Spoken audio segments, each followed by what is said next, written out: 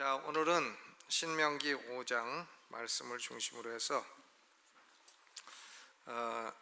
율법의 목적, 율법의 네 가지 목적, 십계명을 주신 네 가지 목적, 이런 제목으로 말씀을 나누겠습니다. 우리가 왜 십계명을 공부해야 됩니까? 공부해야 되는 이유가 뭡니까? 그것은 십계명은 하나님의 말씀이기 때문에 그렇습니다. 십계명은 Ten Commandments 이렇게 10가지 명령이라고 번역을 합니다만은 사실은 Ten Words, 10가지 말씀이에요. 하나님의 말씀입니다. 십계명은 하나님의 말씀이기 때문에 공부해야 돼요. 그거 이상 다른 이유가 필요하지 않습니다.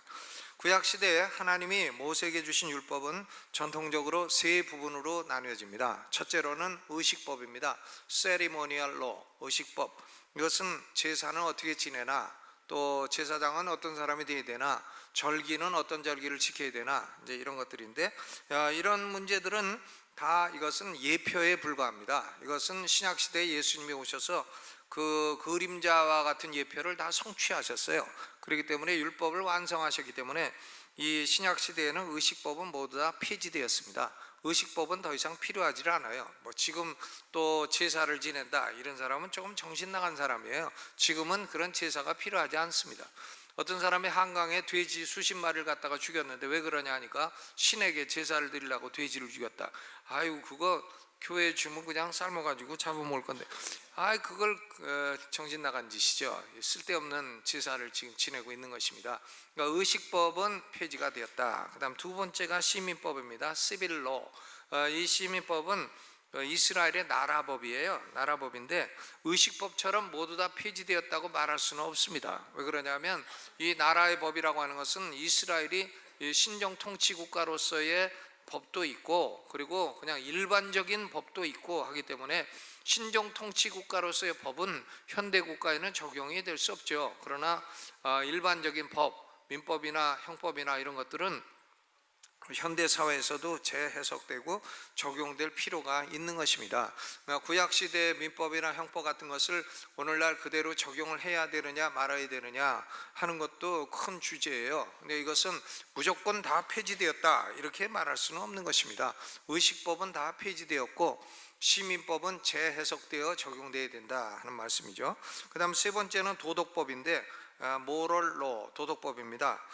이것은 십계명이죠. 십계명으로 요약이 될 수 있는 도덕법인데 17세기에 신앙고백서가 나온 것 가운데 가장 탁월한 것이 웨스트민스터 고백서입니다. 이 웨스트민스터 고백서보다 더 탁월한 것이 1689년 나온 침례교 제2차 런던 신앙고백서예요. 그런데 일단은 웨스트민스터 고백서가 침례교 런던 신앙고백서의 모체가 되는 겁니다. 그러니까 침례교 런던 고백서는 이 웨스트민스터 고백서하고 거의 똑같아요. 벌베이툼, 단어 그대로 다 똑같고 약간만 다른 것이 침례교 신앙고백서입니다.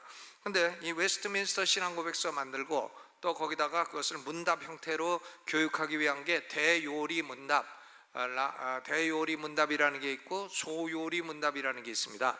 대요리 문답은 주로 목회자들이 설교할 때 참조하라는 문답이고, 소요리 문답은 평신도나 어린아이들을 교육하고 암송하고 그러라고 만들어 놓은 문답인 것입니다. 그 웨스트민스터 고백서 대요리 문답 93항을 보게 되면 도덕법이란 인류에게 선포된 하나님의 의지다 그랬어요. 인류에게 선포된 하나님의 의지다. 94항에 보면 인간은 타락한 후에는 도덕법에 의해서 의와 생명에 이를 수 없으나 그럼에도 불구하고 중생한 자와 중생치 못한 자 모두에게 공통적으로 크게 소용되는 것이다 그랬어요. 그러니까 이 십계명은 구원받은 사람이나 구원받지 못한 사람이나 다 적용되는 인류에게 주신 하나님의 의지인 것입니다. 도덕법은 십계명으로 요약이 될 수 있고 신약시대에도 모든 사람에게 다 적용이 되는 것입니다. 우리가 이제 십계명 법을 공부를 하는 것인데, 우리가 법을 공부한다고 하면 우선 고시공부가 생각이 나고, 고시공부, 그리고 저기 보따리 싸갖고 절에 들어가거나 산에 올라가지고 수염도 안 깎고 고생하고 지루하고 딱딱하고 괴롭고 떨어지면 비참하고 이제 이런 것들을 생각하기가 쉬워요. 그런데 시편 119편을 보게 되면 하나님의 법을 공부하는 사람들은 그렇지 않습니다. 하나님의 법을 공부하는 사람은 기쁘고 즐겁고 행복하고 축복되고 그렇다는 것을 계속 고백하고 있어요. 시편 119편은 죄송합니다. 소위 답관체로 기록이 되어 있는데, 답관체라는 것은 히브리어 알파벳가 22개예요. 22개로부터 처음부터 한 알파벳마다 8개 절이 해당이 되어 있습니다. 그래서 8개 절은 맨 처음에 알렙으로 시작되고 그 다음에 베트로 시작되고 해가지고 22개의 알파벳으로 시작된 게 8개니까 시편 119편은 절이 몇 개인가 하면 22 곱하기 8 하면 176개 절이에요. 176개 절이 매 절마다 다 하나님의 법, 하나님의 윤례, 주의 법도, 주의 증거의 도를 사랑하고 기뻐하고 즐거워하고, 그로 말미암아 축복을 받았고, 그로 말미암아 구원을 받았고, 이런 얘기가 다 나와 있어요. 그러니까 시편 119편 103절에 주의 말씀의 맛이 내게 어찌 그리 단지요 내 입에 꿀보다 더하니이다. 그러니까 주의 법은 그 공부하는 것이 꿀보다 더 달다. 꿀보다. 저 애들은 성경 읽으라면 안 읽으니까 꿀을 옆에 놓고 한 페이지 읽으면 한 숟가락 이렇게 꿀을 줬는데, 근데 나중에는 애들이 꿀보다 성경을 더 재밌어 한다는 거예요. 그러니까 주의 법이 내 입에 꿀보다 더 다니이다. 또 시편 119편 92절에 보면 주의 법이 나의 즐거움이 되지 아니하였다면 내가 내 고난 중에 멸망하였으리이다. 주의 법을 내가 즐거워하지 않았으면 나는 고난 중에 망해버렸을 거다, 이런 얘기예요. 저 자신이 제가요 좌우명으로 삼고 있는 구절도 시편 119편 165절이에요. 뭐냐면 주의 법을 사랑하는 자에게는 큰 평안이 있으리니 저희에게 장애물이 없으리이다. 그렇죠. 인생에 큰 평안을 어디서 오나 하나님이 주시는데, 누구에게 주나 하면 주의 법, 십계명을 사랑하는 사람에게 주신다는 거예요. 주의 법을 사랑하는 사람에게는 큰 평안을 주시고, 저희 인생에 장애물이 있어도 장애물이 사라진다는 거예요. 장애물이 앞에 큰 산이 놓여 있어. 아이고 저거 어떻게 건너가나, 내 힘으로 저걸 없앨 수가 없는데, 그러면 하나님이 싹 없애주신다는 거예요. 장애물이 없으리로다. 주의 법을 사랑하기만 해도 큰 평안을 주시고 장애물이 없어지리로다. 그러니까 여러분, 하나님의 법을 사랑하고 공부하는 게 얼마나 축복된 일이에요. 고시공부로 생각하지 말아야 됩니다. 그렇죠. 아주 즐겁고 기쁘고 행복한 일로 생각을 해야 됩니다. 어떤 사람이 복이 있는 사람인가? 율법을 주야로 묵상하고 율법을 즐거워하고 그런 사람이 복이 있는 사람이라고 시편 1편 1절 2절 말씀하고 있지 않습니까? 그러면 우리가 십계명을 아주 즐거운 마음으로 공부를 해야 됩니다. 여러분, 즐거운 마음으로 공부할 준비가 되어 계십니까? 아이고 또 무슨 법이냐, 법은 학교 다닐 때도 지겨운 게 법이고 지금도 지겨운 게 법인데, 이러지 말고 이 십계명을 아주 즐거움으로 공부를 해야 돼요. 그러면 십계명은 어떤 목적으로 하나님이 주셨는가? 이 질문에 대해서 4가지 대답을 하고자 합니다. 첫째로는 십계명은 죄가 무엇인가를 드러내기 위해서 주신 겁니다. To show sins, 죄가 뭔가, 뭐가 죄인가, 이거는 십계명을 통해서 알 수 있다는 거예요. 그래서 칼빈과 루터 선생이 이것을 율법의 제1용도라고 했습니다. 죄가 이것이 죄다, 이렇게 드러내기 위한 게 목적이라는 거죠. 로마서 3장 20절에 보니까 그러므로 율법의 행위로 그의 앞에서 의롭다 하심을 얻을 육체가 없나니 율법으로는 죄를 깨달음이니라. 율법을 통해서 이게 죄구나 하고 알게 된다는 거죠. 로마서 7장 7절에도 그런즉 우리가 무슨 말을 하리요? 율법이 죄냐? 그럴 수 없느니라. 율법으로 말미암지 않고는 내가 죄를 알지 못하였으니 곧 율법에 탐내지 말라 하지 아니었다면 내가 탐심을 알지 못하였으리라. 탐내지 말라 했기 때문에 탐심을 갖는 건 죄라는구나 하는 것을 알게 됐다는 겁니다. 요한일서 3장 4절에도 죄를 짓는 자마다 불법을 행하나니 죄는 불법이라. 불법을 행하는 게 죄인데, 그 불법을 행한다는 말은 영어로는 break the law, 법을 파괴한다, 법을 거역한다는 것입니다. 무엇이 죄인가? 십계명을 거역하는 게 죄라는 거예요. 죄는 십계명을 거역하는 게 죄입니다. 여러분, 현대인들은요 죄에 대한 개념이 잘못됐어요. 죄에 대한 개념을 수평적인 사람과의 관계로만 생각을 합니다. 그러니까 사람들이 하는 말을 들어보면 저 사람은 교회만 안 나갔지, 저 사람은 예수만 안 믿었지, 아주 착하게 살았다고, 저 사람은 죄인이 아니라고. 교회만 안 나갔지 죄가 없다고요? 교회 안 나가는 게 죄예요, 그게요. 그렇지 않습니까? 주일날 제4계명이 안식일을 기억하여 거룩히 지키라는데 안식일 하나도 안 지키고 죄인이라고요? 여러분 한번 물어볼게요. 4계명 어긴 사람이 더 큰 죄인입니까? 5계명 어긴 사람이 더 큰 죄인입니까? 예? 4계명이 더 세요? 5계명이 더 세요? 4계명 어긴 사람이 더 큰 죄인이에요? 살인한 사람 6계명 어긴 사람이 더 큰 죄인이에요? 아이고 얼른 대답 못 하시죠? 아무래도 4가 더 세지 않아요? 4가. 그러니까 주일날 교회 안 나온 사람이 살인자보다 더 큰 죄인이라는 얘기가 되지 않습니까? 그렇지 않아요? 그렇지 않다고 생각하는 사람도 있을 거예요. 근데 얼마 전에 JTBC라는 방송국에서 그 유나의 거리라고 하는 연속극을 한 적이 있어요. 그래서 제가 그걸 왜 봤냐면 우리 조카가 거기 배우로 잠깐 나왔기 때문에 그걸 봤어요. 근데 우리 교회 서유정 씨라고 거기에 이제 탤런트로 나와가지고 아주 명연기를 펼쳤습니다. 꽃뱀 담당으로. 아주 인물이 좋으니까 꽃뱀 담당으로 나왔어요. 아주 연기 잘했어요. 그리고 김옥빈이라는 사람이 거기 또 이제 역할로 나왔는데, 김옥빈은 직업이 뭐냐면 물류유통업이야. 물류유통업. 쉬운 말로 하면 소매치기. 소매치기고 그렇죠. 김옥빈은 소매치기고, 그 다음에 이 서유정 씨는 이제 뭐냐면은 꽃뱀이에요. 꽃뱀.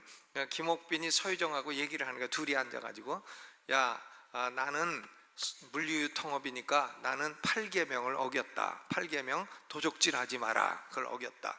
너는 꽃뱀이니까 7계명 간음하지 말라를 어겼다. 그러면 7계명 어긴 년이 더 나쁜 년이냐, 8계명 어긴 년이 더 나쁜 년이냐, 그걸 가지고 둘이 얘기를 하는데, 야, 참 저렇게 물류 유통업을 하는 사람들도 10계명은 다 알고 있구나 하고 제가 아주 큰 은혜를 받은 적이 있어요.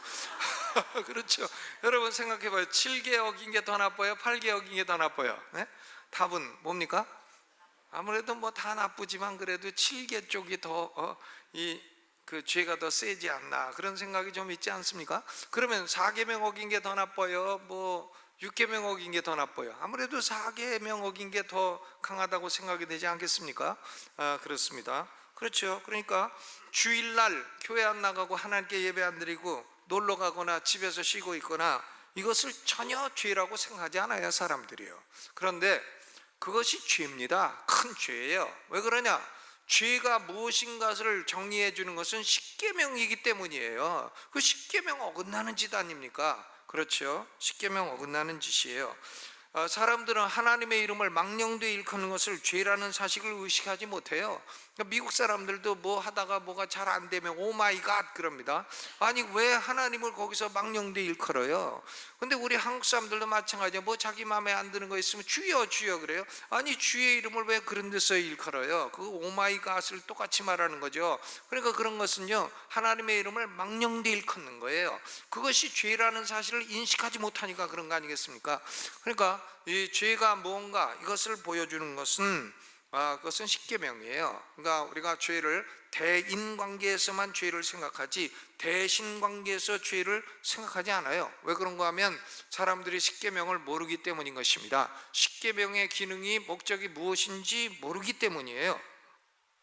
여러분 10계명을 어긴 것이 죄이고요, 이 죄는 무서운 결과를 가져오게 되는 것입니다. 죄를 용서받지 못한 사람은 지옥에 떨어지게 되는 거예요. 10계명 중에 단 한 가지라도 어긴 사람은 지옥에 떨어지고, 지옥에 떨어지게 되면 영원 형벌을 받게 되는 것입니다. 영원한 형벌을 받게 되는 것이니까 10계명을 모르고 죄가 무엇인지 모르고 하는 것은 극도로 위험한 상태에 있다는 것입니다. 그러면서도 모르는 것이죠. 예를 들어서 환자가 죽을 병에 걸려 있는데 암사기라고 합시다. 근데 환자 자신이 이걸 모르고 있으면 심각한 거 아니겠습니까? 조금 있으면 죽을 사람인데도 죽을지도 모르고 있는 거 아니겠어요? 그러므로 의사가 진단을 해보고 사진 다 찍고 CT, MRI 다 찍고 아하 이거 암사기입니다.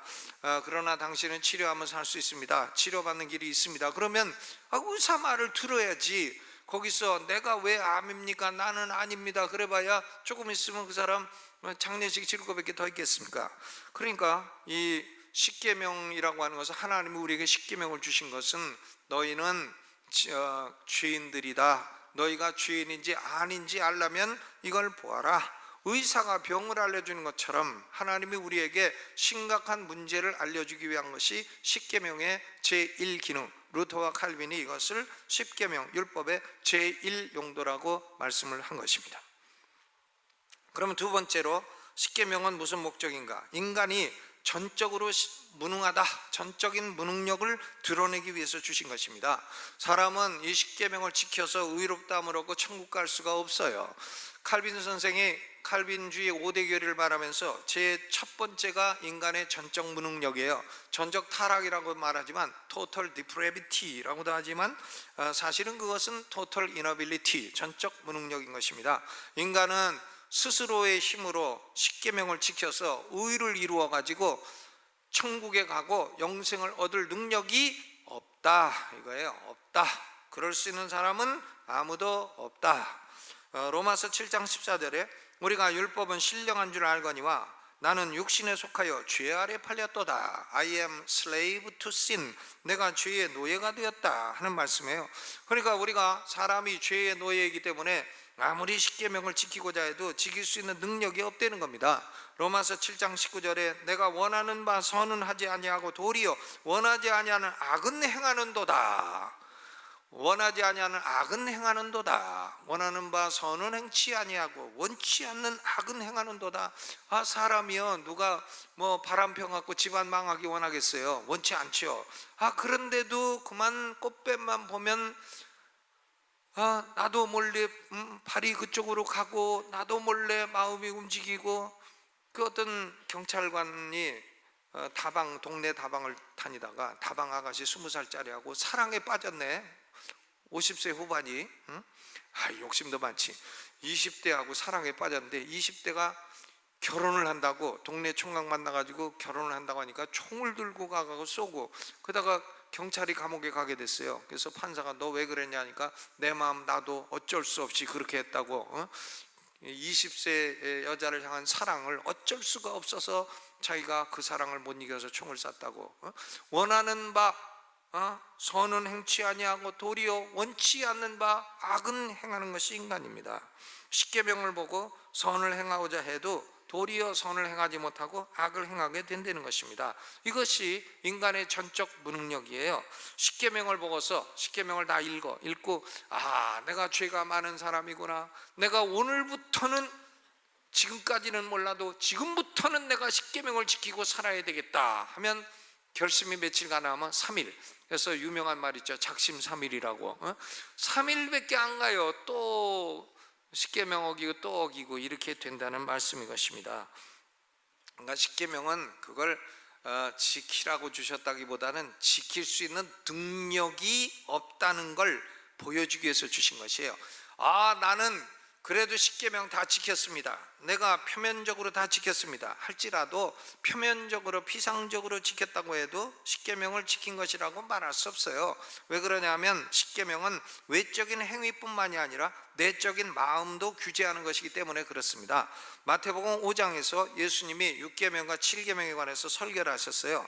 그래서 마태복음 5장 27절 28절 7계명에 관해서 설교를 하시면서 간음치 말라 하였다는 것을 너희가 들었으나 나는 너희에게 이르노니 여자를 보고 음욕을 품는 자마다 이미 간음하였느니라.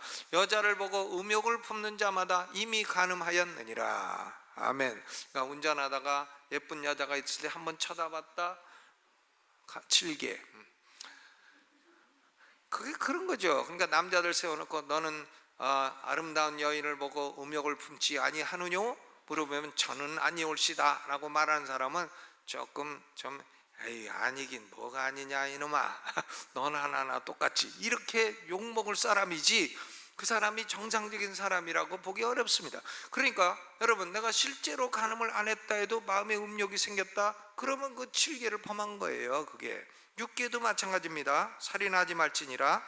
마태복음 5장 21절로 22절에 옛사람에게 말한 바 살인치 말라, 누구든지 살인하면 심판을 받게 되리라 하였다는 것을 너희가 들었으나 나는 너희에게 이르노니 형제에게 노하는 자마다 심판을 받게 되고 또 형제에 대하여 라가라 하는 자는 공회에 잡히게 되고 미련한 놈이라 하는 자는 지옥불에 들어가게 되리라. 라가라는 말이 번역이 안 돼가지고 그냥 원어를 쓴 건데 멍텅구리 어리석은 자 이런 말이에요. 그러니까 형제 보고 야 이 멍텅구리 어리석은 자야, 야 이 미련한 놈아 하면은 그 사람은 어디 가나 지옥불에 떨어지게 된다. 그러니까 그게 왜 살인입니까? 하지만 벌써 형제를 미워하고 욕을 하고 하는 것은 그게 살인죄라는 얘기예요. 그러니까 외적인 행위로는 살인하지 아니했다 할지라도 나는 살인죄하고 아무 관계 없습니다 라고 말할 수 있는 사람은 아무도 없습니다. 그러니까 이 십계명이라는 것은 사람이 다 지켰다고 말하기에는 너무나 깊은 거예요. 너무나 깊고 너무나 어려운 것이 십계명인 것입니다. 17세기 영국에서 작성된 이 웨스트민스터 신앙고백서의 대요리 문답을 보게 되면 십계명이요 무려 93항부터 152항까지 59개 항이 십계명을 다루고 있어요. 그러니까 200개 항이 안 되는데 59개 항이 거의 3분의 1 가까운 숫자가 십계명을 다루고 있습니다. 대요리 문답의 제일 중요한 부분이 되었어요. 그러니까 17세기 청교도들이 십계명을 얼마나 중요하게 여기고 심각하게 생각했는지를 알 수가 있습니다. 제가 예를 보니까 1계명이 명하는 건 무엇이냐, 1계명이 금지하는 건 무엇이냐, 다 그런 식으로 되어 있는데 문 145항을 보면 제9계명에서 금지된 죄는 무엇인가? 9계명이 그거죠. 거짓 증거하지 말지니라 그겁니다. 금지된 죄는 무엇인가? 답이 굉장히 길어요. 중간중간 인용하면 내용이 이렇습니다. 제9계명에서 금지된 죄는 우리 자신의 것과 마찬가지로 이웃이 지니고 있는 진실과 좋은 평판을 특히 공적 재판 사건에서 해치는 모든 일이다. 재판을 받는데 남의 평판을 거짓말로 거짓 증거하는 거, 이것이 9계명 위반이에요. 남은 재판받아가지고 재판받아서 형벌을 받을 위기인데 거짓말을 해요. 그것은 거짓말을 하는 것은 9계명 위반이에요. 그건 죄인 것입니다. 또 비진리를 말하고 거짓말하고 중상하고 험담하고 회방하고 고자질하고 수군수군하고 냉소적이며 욕설함이며 조급하고 가혹하고 편파적으로 비난하는 것이다. 이 9계명 위반이에요. 잘 알지도 못하면서 그냥 욕설하고 한쪽 말만 들고 욕설하고 비방하고 냉소적이고 욕설하고 조급하고 가혹하고, 여러분 이게 죄라는 걸 알아야 되죠. 또 나쁜 보도를 받아들이고 동조하는 것이다. 동조, 자기가 말을 퍼뜨리지 않아도 거기 또 동조해. 그래요, 맞아 이러면서 동조하는 거, 이것도 다 9계명 위반이라는 것입니다. 그러니까 이 대요리 문답에 보면 이 계명에 대해서 이렇게 중간중간 내가 간단간단하게만 읽은 거예요. 그 안에 다른 내용이 굉장히 많이 들어있어요. 그러니까 이런 계명 하나하나를 다 지킨다는 게 얼마나 어렵고 깊은 것인지 알 수가 있습니다. 문 149항, 대요리 문답 149항에 보면 어떤 사람이든지 하나님의 계명을 지킬 수 있는가? 답은 아무도 하나님의 계명을 완전히 지킬 수 없고 언행심사간에 매일 계명을 어길 뿐이다. 아이고 저 사람이 그런 죄 졌어 하지만 우리도 다 짓고 있다 이거야. 매일 계명을 어길 뿐이다. 매일 우리가 계명을 어겨요. 그러니까 누구라도 십계명을 완전히 지킬 수 있는 사람은 없다는 말씀인 것입니다. 십계명은 그걸 지켜서 구원받으라고 주신 게 아니고 그걸 지킬 수 없는 존재라는 사실을 깨달으라고 주신 것이죠. 전적인 무능력입니다. 그러면 왜 이렇게 전적인 무능력, 이렇게 사람을 좌절시키려고 십계명을 주셨나? 좌절로 끝나면은 안 되죠. 그러니까 십계명의 세 번째 목적은, 십계명은 인간에게 구주가 필요함을 보여주기 위한 목적인 것입니다. 내가 스스로 내가 십계명을 지켜서 천국 갈 수 없다면 남의 힘이라도 빌려야 될 거 아니에요. 남의 힘, 나를 구원해주고 용서해주는 남의 힘을 빌려야 될 거 아닙니까? 근데 나에게 힘을 빌려줄 수 있는 분은 누구냐? 구주 예수 그리스도 한 분밖에 없다는 겁니다. 아멘. 그렇죠? 공자님이 빌려줍니까? 전화 잘하시지. 응? 공자님이나 나나 그 수준이지 뭘. 공자님도 그 수준이. 공자님은 한자를 잘했을 뿐이지만 그렇다고 내가 하는 걸 다 하시는 것도 아니에요. 공자님이요. 그러니까 우리는 사람 의지할 수 없어요. 우리는 구원해 주시는 분 누굽니까? 구주 예수 그리스도. 이 율법이라는 것이 구주 예수 그리스도에게로 인도하는 몽학선생이 된다는 겁니다. 갈라디아서 3장 24절에 보니까 이같이 율법이 우리를 그리스도에게로 인도하는 몽학선생이 되어 우리로 하여금 믿음으로 말미암아 의롭다함을 얻게 하려 함이니라 그랬습니다. 이 몽학선생이라는 것은 옛날에 부잣집에 보면 주인 아들이 있어요. 아들. 주인 아들이 일반적으로 좀 삐뚤어져 뺐딱합니다. 아버지 뺑 믿고 까불고 그래요. 교만하고. 근데 종들이 있어. 종들이 있는데 종들 가운데 힘이 센 사람이 학교도 안 가고 땡땡이 치는 주인 아들을 몽둥이 들고 때려가면서 학교 선생님에게 데려다 주는 종이 있어요. 그 사람은 실제로 선생은 아니지만 선생이라 불렀습니다. 몽둥이로 때리고 하니까 몽학선생이라고 불렀습니다. 그러니까 우리도 어렸을 때 학교 노래를 불렀잖아요. 학교 종이 땡땡땡 땡땡이 치자 그리고 이제 노래를 불렀잖아요. 그러니까 땡땡땡 하면 땡땡이 치고 도망가면 이제 몽학선생이 몽둥이 들고 가서 두들겨 패갖고서는 선생님 앞에 딱 갖다 데려놓는 사람이 몽학선생입니다. 그렇죠. 그러니까 몽학선생이 비록 종이지만 파워가 세. 주인으로부터 받은 권세가 많아.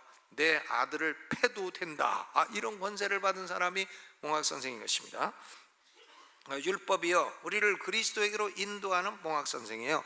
율법은 우리를 스스로 구원할 능력은 없지만 구원할 능력이 있으신 구주 예수 그리스도에게로 인도는 할 수 있다는 거예요. 율법이 우리를 인도한다. 그러니까 의식법도 우리를 예수 그리스도에게 인도하고 또 도덕법도 우리를 예수 그리스도에게 다 인도를 합니다. 그러면 왜 예수 그리스도에게 인도하나? 하나님의 아들이고 하늘에서 내려오신 예수 그리스도는 우리를 위해서 두 가지를 해주셨어요. 우리는요 다 사람이기 때문에 너나 나나 다 땅에서 났어요. 하늘에서 온 분이 아닙니다. 우리가 땅에서 났지 하늘에서 오지 않았어요. 하늘에서 오신 분은 하나님의 아들 예수 그리스도 한 분인데, 예수님이 오셔서 하신 일은 두 가지예요. 살다가 죽으신 거죠. 살다가 죽으셨죠. 사시는 게 중요하고 죽으신 것도 중요해요. 죽으신 것은 왜 죽으셨나? 율법을 어긴 죄인들의 죄값을 대신 갚으시려고 죽은 것이고요. 사신 것은 왜 사셨나? 의가 없는 죄인들에게 완전한 의를 나누어 주기 위해서 십계명을 100% 다 지키시는 완전한 의를 준비하기 위해서 사신 것입니다. 해서 학자들은 십자가에서 율법을 어긴 죄인들의 죄값을 갚아주기 위해 죽으신 것을 수동적 순종이라고 부릅니다. Passive Obedience. 그리고 또 완전한 의를 이루기 위해서 거룩한 삶을 사신 것을 능동적 순종이라고 부릅니다. Active Obedience. 그러니까 예수님은 두 가지 순종을 하신 것이에요. 능동적 순종과 수동적 순종. 그러므로 십계명을 통해서 자신의 죄와 무능력을 깨달은 사람은 예수 그리스도에게로 가서 예수 그리스도를 구주로 믿고 영접하고 의지하게 되면 두 가지 축복을 주시게 되는 겁니다. 하나는 십계명을 범한 모든 죄를 다 용서해 주시는 거예요. 현재 과거 미래의 죄까지 다 용서해 주시는 것입니다. 왜? 예수님이 대신 갚아주셨으니까, 대신 죄값을 갚아주셨으니까 죄를 용서받습니다. 그리고 그걸로 끝나지 않고 예수님이 완전한 의를 이루신 그 완전한 의를 우리에게 전가시켜 주시는 것이에요. Imputation of righteousness, 의의 전가 해서 죄인들은 예수님의 십계명을 100% 다 지키신 완전한 의를 전가받아서 그 의를 예복처럼 옷처럼 입고 천국에 들어가게 되는 것입니다. 여러분 천국 갈 줄로 믿습니까? 예수 믿는 사람은 다 천국 들어가요. 어떤 사람은 예수 믿으면서도 이렇게 살다가 지옥 가면 어떡하나 그런 소리 하는데 그 사람은 지옥 갈 사람이에요. 왜? 복음을 모르는 사람이에요. 아직 그 사람은 구원의 확신이 없는 사람이기 때문에 그 사람 신앙은 가짜예요. 예수 믿는 사람은 죄 사함을 받고 의롭다함을 받아 언제 죽어도 천국에 딱 들어가게 되는 것입니다. 로마서 3장 26절에 하나님은 자기도 의로우시며 또한 예수 믿는 자를 의롭다 하려 하심이니라 그랬어요. 로마서 3장 28절에도 그러므로 사람이 의롭다 하심을 얻는 것은 율법의 행위에 있지 않고 믿음으로 되는 줄 우리가 인정하노라. 사람이 의롭다함을 얻는 것은 믿음으로 된다. 그러니까 예수님은 액티브 오비디언스를 하시고 패시브 오비디언스를 하시고 능동적 순종과 수동적 순종을 하고, 우리는 예수님을 믿고 의지하게 되면 forgiveness, 죄사함을 얻고 justification, 의롭다함을 얻고 해가지고 천국에 가게 된다, 그런 말씀인 것입니다. 그러니까 율법은 우리의 전적 무능력을 드러내고 그리스도에게로 인도하는 몽학선생이 되어서 결국 우리가 예수 믿고 구원받도록 그런 인도하는 일을 한다 하는 말씀인 것입니다. 그럼 거기서 끝나는가? 그렇지 않습니다. 네 번째로 율법의 목적은 구원받은 성도들이 살아가야 될 삶의 기준이 됩니다. Standard of life, 삶의 기준이에요. 인간은 불신자든 신자든 간에 십계명을 다 지킬 수 있는 능력이 없습니다. 그러나 그렇다고 해서 우리가 십계명과 아무 관계가 없는 존재가 되었느냐? 그건 아닙니다. 대열의문답 96항의 질문은 도덕법이 중생하지 못한 자들에게 무슨 소용이 있는가? 답은 도덕법은 중생하지 못한 자들에게도 소용이 있다. 그들의 양심을 그것으로 일깨워 장차 임할 진노를 피하게 하며 죄의 길에 계속 머물러 있을 경우 그들로 하여금 핑계할 수 없게 하며 그 저주 아래 있게 하는 것이다 그랬어요. 그러니까 십계명은 불신자들에게도요, 죄를 억제하고 죄 가운데 계속 있으면 저주받을 때에 핑계댈 수 없게 만드는 그런 기능이 있습니다. 그러니까 이것을 칼빈 선생과 루터 선생은 율법의 제2용도라고 했어요. 죄를 억제하는 능력이 있다, 율법의 제2용도. 그 다음에 대요리문답 97항의 질문은 도덕법이 중생한 자들에게는 무슨 소용이 있는가? 라고 했는데 답은 그들로 하여금 더욱더 감사하게 하며 이 감사를 표시하려고 그들의 생활법칙으로서 도덕법을 더욱더 조심하여 따르게 한다. 생활법칙, 십계명은 구원받은 사람들에게는 생활법칙이에요. 뭐라고요? 생활법칙. 한번 해보시죠. 생활법칙. 그렇죠. 나의 생활법칙은 뭐냐? 여러분, 생활법칙이 뭡니까? 생활법칙. 어떤 사람은 생활법칙 해가지고 이제 집에 딱 붙여놨죠. 낙장 불입 이런 거 이제 생활법칙으로 붙였는데 그런 거는 생활법칙 될 수 없어요. 생활법칙은 뭐냐? 십계명. 우리 성도의 생활법칙은 십계명이죠. 십계명. 그렇습니다. 십계명. 그렇죠. 다른 엉뚱한 거 갖다가 그 생활법칙이라고 걸어놓지 마세요. 기껏 해봐야 어디 액자, 이발소에는 액자 갖다가 걸어놓고 그걸 가지고 가화, 만사성 그런 거 걸어놓고 나의 생활법칙입니다, 그러지 마세요. 우리 성도의 생활법칙은 뭐냐? 십계명. 아멘. 그렇죠. 십계명은 성도의 생활법칙이에요. 로마서 3장 31절에 그런즉 우리가 믿음으로 말미암아 율법을 폐하느뇨? 그럴 수 없느니라. 율법을 폐하느뇨? 그럴 수 없느니라. 도리어 율법을 굳게 세우느니라 해서 칼빈 선생과 루터가 이것을 율법의 제3용도라고 불렀어요. 율법의 제3용도, 성도의 생활법칙으로서의 용도, 율법의 제3용도. 어떤 학자들은 율법은 1용도, 2용도보다도 제3용도가 본래 용도라고 그렇게 강조하는 사람이 있습니다. 왜냐하면 시내산에서 십계명을 받은 사람들이 이스라엘 백성이에요. 애굽에서 구원받은 이스라엘 백성, 구원받은 이스라엘 백성들에게 이렇게 살면 축복이 되고 이렇게 안 살면 저주가 된다는 걸 보여주기 위해서 십계명을 주신 거 아닙니까? 그러니까 십계명 율법의 제3용도가 도리어 가장 기본적인 용도이다, 이렇게 말하는 학자가 있고 저는 그것이 상당히 일리가 있다고 생각합니다. 그런데 왜 한국에는 십계명을 무시하려고 하는 소위 율법 폐기론이 많은가? 엔티노미아니즘, 안티 어게인스트고 노머스 율법이고, 그러니까 엔티노미아니즘, 율법 폐기론이 한국에 많습니다. 십계명 갖다 찢어버리고 십계명 쓸데없다 하고 십계명 공부하는 사람은 율법주의자라 하고, 이게 율법 폐기론자예요. 여러분, 누군가 저 피목사가 십계명 설교하니까 저 사람 율법주의자라고 말하는 사람이 있으면 그 사람은 율법 폐기론자라는 이단 사설이라는 걸 아셔야 됩니다. 이 이단을 퍼뜨리고 설교하는 종을 비방하는 사람이에요. 여러분, 이 율법 폐기론은 왜 나오는가? 그것은 성경에 대한 잘못 해석이기 때문에 나온 거예요. 로마서 6장 14절 하고 갈라디아 3장 25절을 잘못 해석합니다.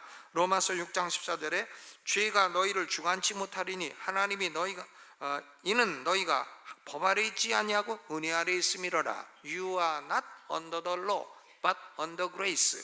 너희는 법 아래 있지 아니하고 은혜 아래 있다. 이 말씀은 하나님의 은혜로 말미암아 우리 성도들은 율법의 정죄 아래 있지 않다는 말씀이에요. 율법이 쓸데없다는 말씀이 아닙니다. 율법의 정죄 아래 있지 않다. We are not under the condemnation of the law. 우리가 율법의 정죄 아래 있지 않다. We are not under the curses of the law. 율법의 저주 아래 있지 않다. 이런 말씀이지 십계명이 쓸데없다 이런 말씀이 아니에요. 그러면 쓸데없으면 왜 신약 성경의 십계명의 모든 계명들이 다 반복되어 있습니까? 쓸데없는 게 신약에 왜 반복되어 있어요? 그러니까 이런 말씀은 십계명 아래 우리는 있지 않다, 안 지켜도 된다 하는 율법 폐기론적인 해석은 참 이단 사설 같은 아주 잘못된 해석인 것입니다. 또 갈라디아 3장 25절도 마찬가지예요. 믿음이 온 후로는 우리가 몽학선생 아래 있지 아니하도다. 율법이 몽학선생인데 율법 중에는 도덕법도 있고 의식법도 있어요. 의식법도 다 그리스도를 가리키는 거예요. 몽학선생이에요 다. 그런데 우리가 이제 율법 아래 몽학선생 아래 있지 않다는 것은 이 의식법에서 해방됐다는 얘기고요. 또 도덕법이라고 해도 도덕법의 제2기능 몽학선생으로 기능은 더 이상 필요가 없다는 얘기죠. 1기능이나 3기능이 필요 없다는 얘기는 아닌 것입니다. 그러니까 십계명은 성도의 삶의 기준, 생활 법칙이 되는 것이고 그런 기능이 끝났다는 말씀은 아닌 것입니다. 여러분, 구원을 받기 위해서 십계명을 생활 법칙으로 삼으라는 게 아니에요. 구원을 이미 받은 결과로서 십계명을 생활 법칙으로 지키라는 말씀인 것입니다. 십계명은 우리 성도가 하나님을 기쁘시게 하는 방법이에요. 그리고 하나님께 영광을 돌리고 축복받을 수 있는 방법인 것입니다. 내가 구원받으려면 어떻게 해야 되나? 죄산 받고 천국 가려면 어떻게 해야 되나?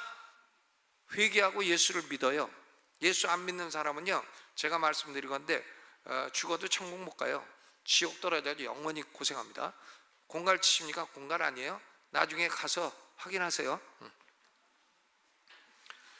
구원은 예수 믿어 받는 거고요. 그러면 또 물어봐. 그럼 내가 예수 믿었는데 그럼 어떻게 하면 축복받습니까? 그럼 십계명을 지키세요. 십계명은 축복받기 위해서 주신 하나님의 매뉴얼이에요. 매뉴얼입니다. 이 십계명은 성도를 제한하고 속박하는 게 아니에요. 십계명, 귀찮아. 십계명, 나는 십계명에 얽매이고 싶지 않아. 십계명을 갖다 버려라. 십계명 안 지켜도 된다 그러면 그거 좋다. 이러는 사람은 어리석은 사람이죠. 십계명은 자유를 주시는 율법입니다. 우리에게 행복과 자유를 주고 축복을 주는 것이 십계명이에요. 십계명은 그러므로 축복의 법칙이지 속박의 법칙이 아닌 것입니다. 여러분, 물어볼게요. 기차를 레일 위로 달려라. 기차는 레일 위로 달려야 된다. 이것은 속박입니까? 자유입니까? 기차가 레일 위 달리기 싫다고 나는 한강으로 들어가겠다 그러면 어떻게 돼요? 영국이 못 나오죠. 그거 뭐 누가 꺼내겠어요? 뭐 안 꺼내죠. 그러니까 기차가 레일 위를 달려야 된다. 레일 위를 달려야 안전하고 행복하고 평안하고 축복받는다. 그건 잘못이 아닙니다. 물고기 보고 광어 보고 너는 바닷물 속에 살아야 된다. 그러면 광어가 왜 나를 속박하십니까? 나는 육지에 와서 살겠습니다. 그러면 어떻게 돼요? 조금 있다가 회쳐갖고 상에 오르지 뭐 지가 별 수 있어요. 그게 죽는 길이죠. 그렇습니다. 그러니까 십계명은요, 이것은 축복의 매뉴얼이에요. 우리가 축복받으려면 십계명대로 살아야 돼요. 그러니까 뭐 도적질이라고 거짓말을 하고 다니고 간음이라 하고 다니고 뭐 남의 거에서 탐내기를 하고 다니고 주일날 쏙쏙 빼먹고 다니고 그냥 뭐 급한 일 있으면 다 빼먹고 다니고 또 하나님 이름 망령되 일컫고 다니고 이런 사람이 어떻게 복을 받아요? 술이나 맨날 먹고 다니고 바람이나 피고 다니는 사람이 난 복 받는 거 여태 본 적이 없어요. 그래도 돈 잘 법디다. 돈은 잘 벌어도요, 제가 말씀드리는데 그 사람 한 10년 그 짓 하면 틀림없이 병원에 누워 있어요. 병원에 누웠고 여기 코 끼고 앉아갖고 있습니다. 그냥 제명에 못 죽어요.